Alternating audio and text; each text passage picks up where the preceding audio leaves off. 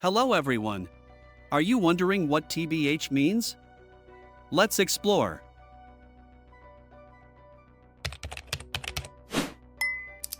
TBH stands for "to be honest," a phrase often used to introduce a statement that is candid or truthful, sometimes in a way that might be surprising or blunt.